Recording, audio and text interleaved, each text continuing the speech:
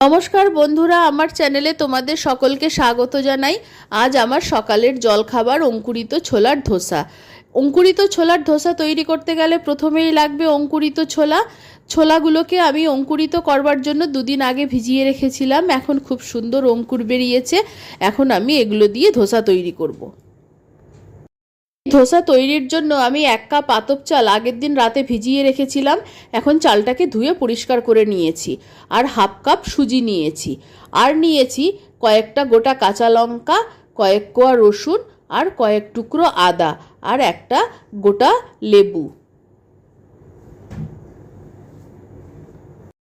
Grinder জারের মধ্যে আমি অঙ্কুরিত ছোলাগুলো নিয়ে নিচ্ছি। ছোলার সঙ্গে গ্রাইন্ডার জারের মধ্যে আতপ চালটাও দিয়ে দিলাম, আর আদা, রসুন আর কাঁচা লঙ্কাগুলোও দিয়ে দিলাম। আর সুজিটা দিয়ে দিলাম। 1 মুঠো ধনেপাতা ধুয়ে পরিষ্কার করে গ্রাইন্ডারে দিয়ে দিলাম, আর 1 কাপ মতো জল দিয়ে দিলাম। আন্দাজ মতো নুন দিয়ে মিহি পেস্ট তৈরি করে নিচ্ছি। পেস্টটা আমি তৈরি করে নিয়েছি। পেস্টটা একটা বাটিতে ঢেলে নিচ্ছি। ব্যাটারটার মধ্যে আমি আরও অল্প জল মিশিয়ে ব্যাটারটাকে পাতলা করে নিচ্ছি। ব্যাটারটা বেশি ঘন থাকলে ধোসাগুলো ভালো হবে না। ব্যাটারটার ঘনত্ব কতটা রেখেছি আমি তোমাদের দেখিয়ে দিচ্ছি। 2-3 ফোঁটা তেল একটা প্যানের মধ্যে দিয়ে অয়েল ব্রাশের সাহায্যে প্যানের গায়ে তেলটা মাখিয়ে দেব। এবার ধোসাটা তৈরি করে নেব।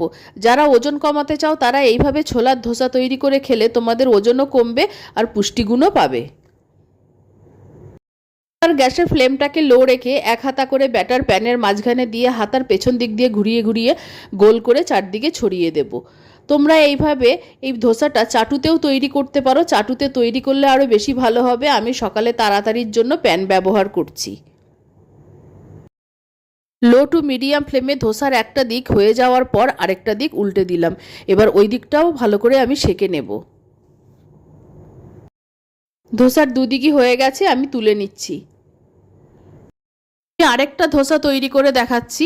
খুব অল্প তেলে খুব পুষ্টিকর জলখাবার। যারা ওজন কমানোর জন্য এই ধোসাটা খেতে চাও তারা টক দইয়ের সঙ্গে খেলে আরও ভালো ফল পাবে। এই ধোসাটারও একদিক হয়ে গেছে, আমি উল্টে দিচ্ছি। আর এই ধোসাগুলো চাটুতে করলে আরও বেশি ক্রিস্পি হবে। ধোসাটার দুদিক হয়ে গেছে, আমি নামিয়ে নিচ্ছি।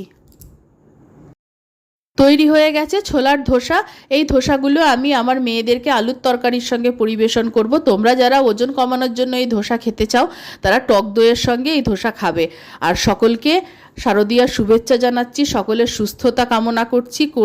সকলকে আন্তরিক ধন্যবাদ, ভালোবাসা জানিয়ে আমি আমার ভিডিও শেষ করছি। ধন্যবাদ।